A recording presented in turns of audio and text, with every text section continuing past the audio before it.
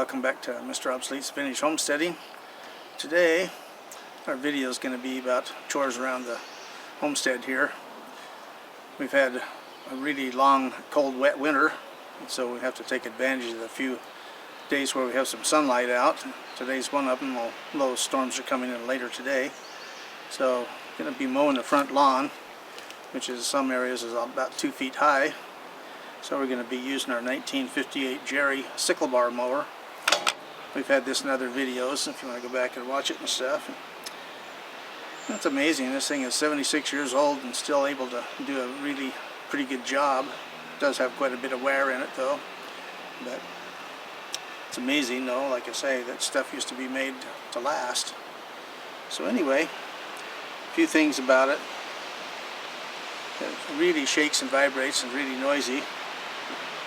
So I'm going to be wearing feller's gloves to cushion it because it makes your hands go numb after a while. And yeah, they were in business from about 1942 until the mid-90s.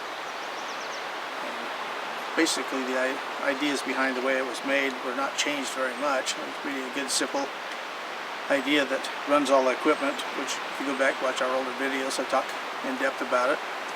So anyway, we'll come back and show you where we're going to mow.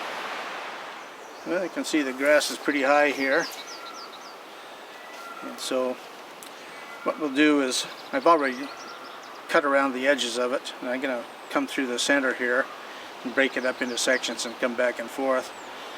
The problem is that the grass, we've had tons and tons of rain, and so this grass is super wet, and so when I cut it, it just falls down and it kind of binds up the mower. So I have to go through and do a first cut about this far off the ground and then come back and do a second cut, and it cuts it right up though.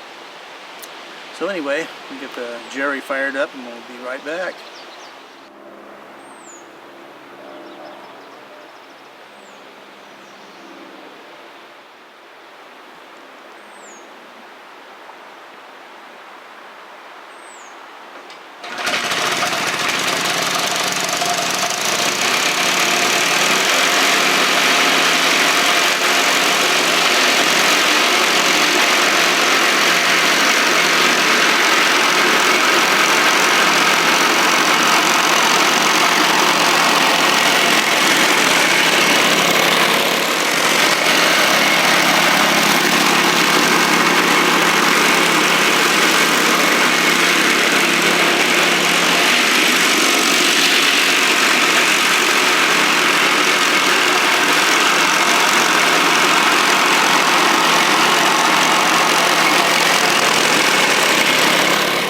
Well, you can see it makes short work of this stuff.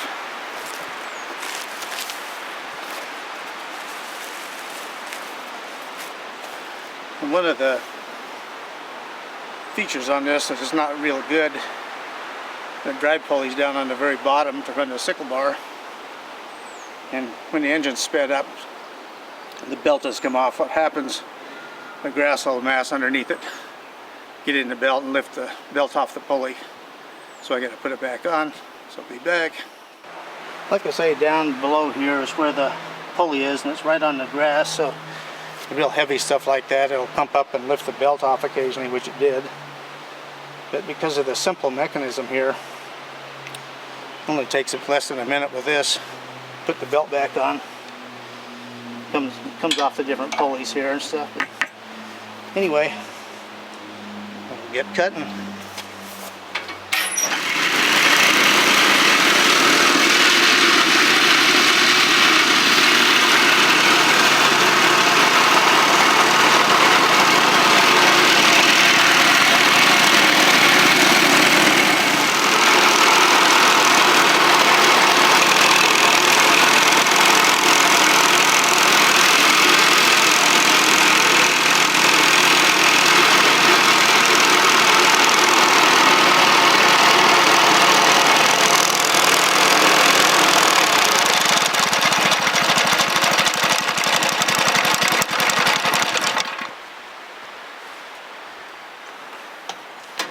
There you go, quick and easy.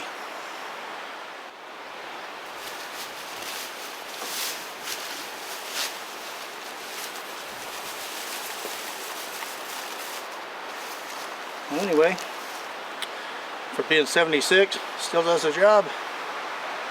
We'll be back with more less exciting stuff here in just a minute. And we're using for starting a lot of different stuff here. And these, a week ago, were just barely poking through. And these others were quite small yet, but I've been using fish fertilizer. And that works really super good. You don't use a lot of it, and you only spray it about every 2 weeks, but some of these little plants in here like these were just about dead and brought them back, so it's good stuff to use. We'll come over here and talk about some of our other stuff here. Well, here's one of our raised beds, and these have been a real benefit to us. They're up high so you can weed them real easy and stuff, and you can see how your stuff's doing, keeps the bugs off them. These spinach here, less than 3 weeks ago, were only about this big. And so the first thing I did is put the fish fertilizer on them. They really started to grow. The things that's been slowing them though is our weather, because we've had hailstorms and freezing just a few days ago. So anyway, in the open area here we put in some radishes and some more spinach. And then what I do before I do all that, I put in some slow release fertilizer, because with the heavy rain that we have and the soil I built up here, the water can go through it pretty quickly. And if you just put in a regular spray fertilizer or something like that, it'll be gone in short order. So as a quick thing, when the ground is wet, there again I put fish fertilizer on it and come back and do slow release, and you can see for yourself how it really works. It's really nice stuff here. We'll come over to another one here. Okay, well here we have lettuce. Same routine for the fertilizer. You can see there again a few weeks ago, 3 weeks ago, it was barely above the ground. Now look at it. The carrots are from last year. They were really slow to mature, but now look at them. There's a great big one here. It's about ready to harvest.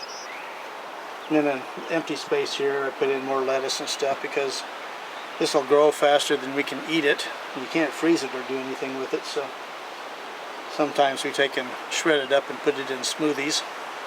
Anyway, we'll come back over here. Okay, well here we have some beets. You can see that they're really coming on strong. There again, the same type of fertilizer process. And over to the right, we've got the garlic.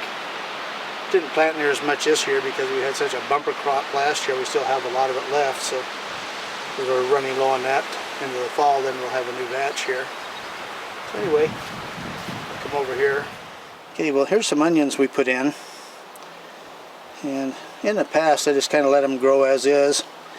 These were ones that we purchased and were small and put them in. And the tips were all browned and stuff. They were a little past their date, and I wasn't sure if they were going to come up. But anyway, I've gone through and trimmed the tops of them off, and what that does, gets rid of the dead pieces on the end, which gives the plant a false sense of what it's doing. And this makes them take off, and these were way shorter a couple of weeks ago, so they really have taken off since I've trimmed them. In the back here we have some broccoli plants, which are way past their prime, but I've left them in here for now because of the blossoms.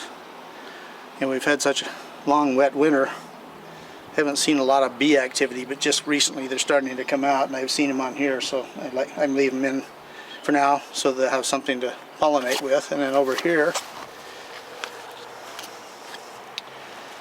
we have broccoli and cauliflower. We got a few potatoes that were coming up on their own from a couple of years ago. Got some celery over here. It's not doing too well, but you can see how big these onions I got. And some of them were starting to get the bulbs on the top, which I cut off, because if you allow them to stay on there, it means it tells the plant that it's mature and it'll stop growing on the bulb. And so if you cut them off, it'll continue to grow. And so here's one right here, Escape. It's a new one here, so I just take those off. That'll make the plant grow bigger underneath. And this one here, you can see it's got a really, gonna have a great big one there, a little weed there. Anyway, so that's kind of some of our gardening stuff. We have more, but we haven't planted a lot of stuff there again because of the weather and the problem is now it's all happening all at once, and so I have all these pent-up projects and stuff, which puts a lot of other stuff on the back burner. So we're way behind on stuff, but we'll survive. Well, here's our grapes. These are really old plants. They were here before we ever moved here, which has been quite some time ago. And about 3 weeks ago I went and trimmed them and cleaned them all out.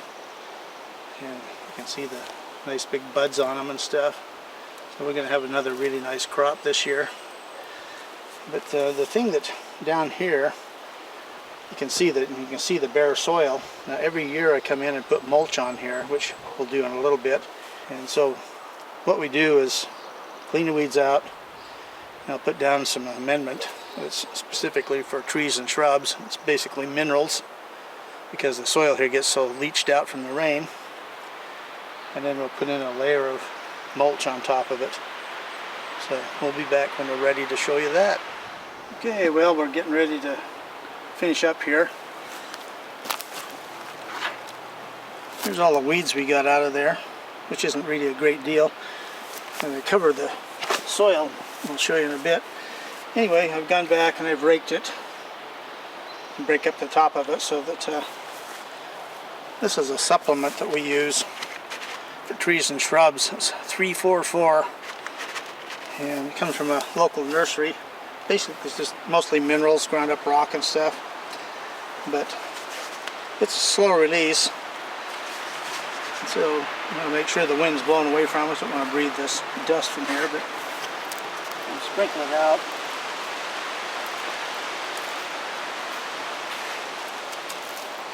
You want it to get into the root system. You don't put it right next to where they go into the ground. The feeder roots are out here. And this stuff really makes a big difference in how these things produce. We've had bumper crops for about 3 years now. And this is one of the main reasons. So once we get that down, this is what we put on the top. All the little unwanted saplings and trees and stuff like that that we want to get rid of. You know, we have a use for everything.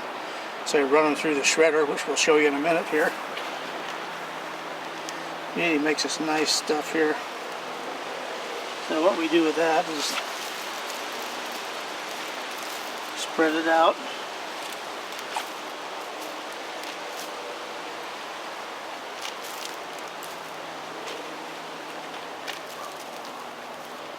Doesn't need a lot, just want to cover the soil. And the 3 things that does: keeps the weeds out, retains moisture, and slow release of all the minerals and stuff, because like when we cut this stuff up, they're still green, so they have the leaves on them and they're full of sap, so you get all the nutrients in them. So anyway, so you just kind of spread it all out here. Okay, well, we'll be back and show you some more. Well, we're down here to where we've been doing some burning. You know, all the down branches from the windstorms in the winter, and just kept piling them up here. This area doesn't look that big, but man, we had a massive amount of stuff in there, and it was like 8 feet high. And we kept mashing it down and mashing it down. The reason I didn't do a burn video on it was it was raining so hard for so long that I couldn't really get it. So anyway, this is some of the trimmings off the grapes there. So, you know, everything has a use. So that'll make a good starter point there. That'll burn hot and quick in the center. And we'll start putting wood around it. And then, like I say, use what you have. So, here's my Christmas tree. Get right on the top and we're ready to go. That'll burn really hot and quick too. So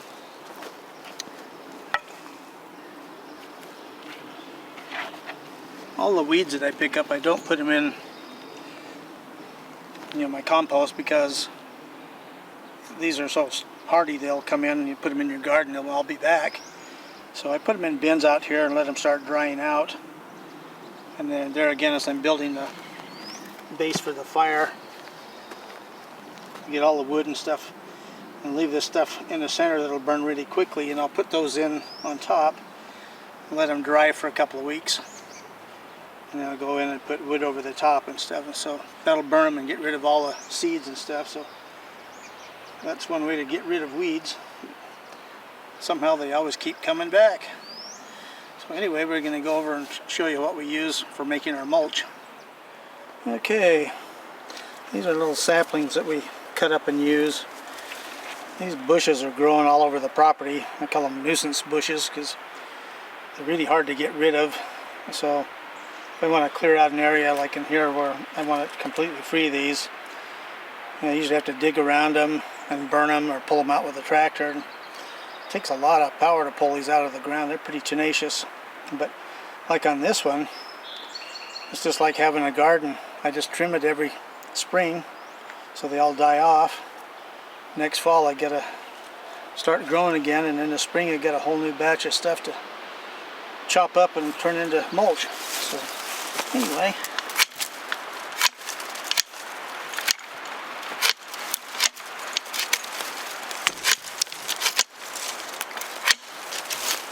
okay, well, we'll be back. Okay, well, you can see these tenacious little rascals, and we just cut off all these little ones here.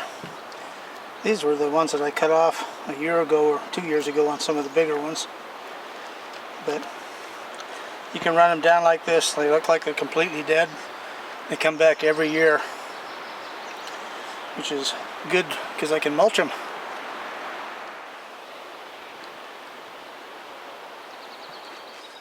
Well, here's our old shredder. I inherited this from some relatives. Well, he left it out in the weather and ruined the engine on it, and bearings and whatnot. I saved it from going to the scrapyard, but this is a heavy-duty, well-built rig. I replaced the engine. You can go back and watch a couple of videos I did with this, but you know, it's important how you store these things. You know, I put it away with full gas tank so it wouldn't get any moisture in the tank, and some stable in the fuel to stabilize it, fresh oil. And when I came out to start it for the first time, started on the first pull. So let's see what it does today. So, turn on the fuel, put on the choke, set the throttle about half, ignition switch on.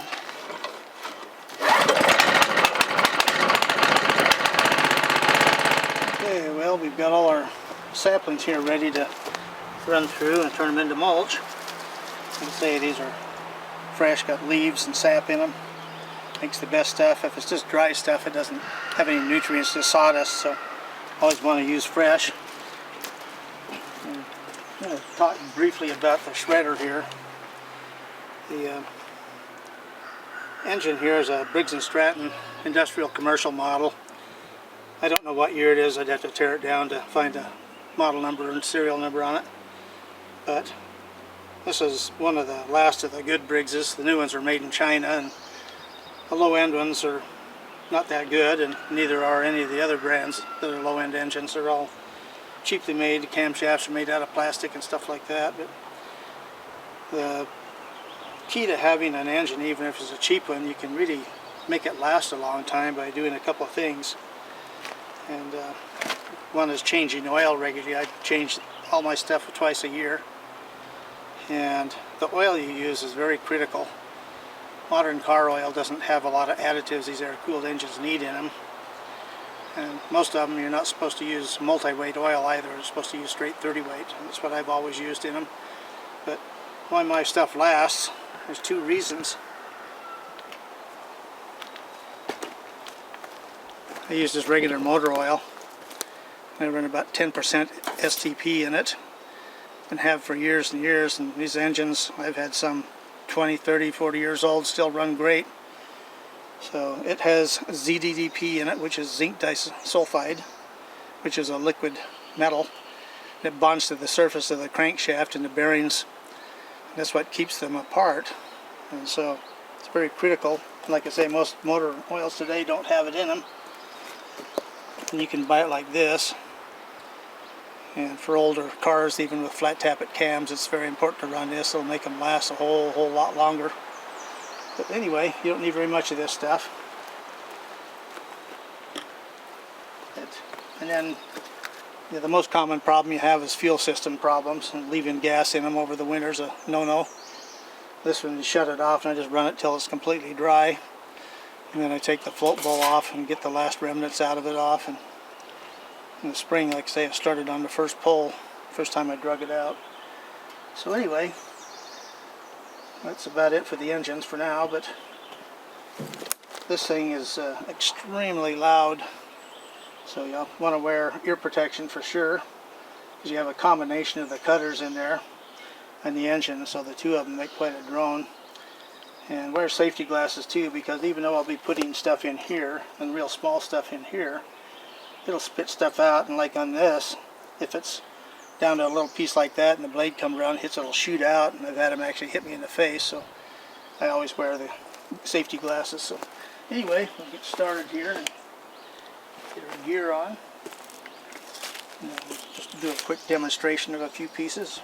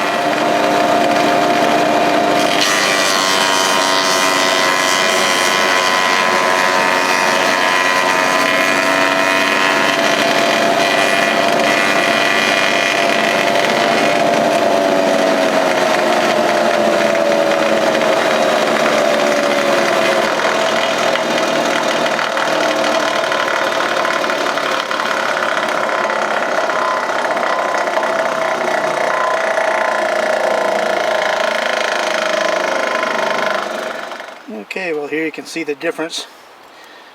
Right now this stuff is nice and moist.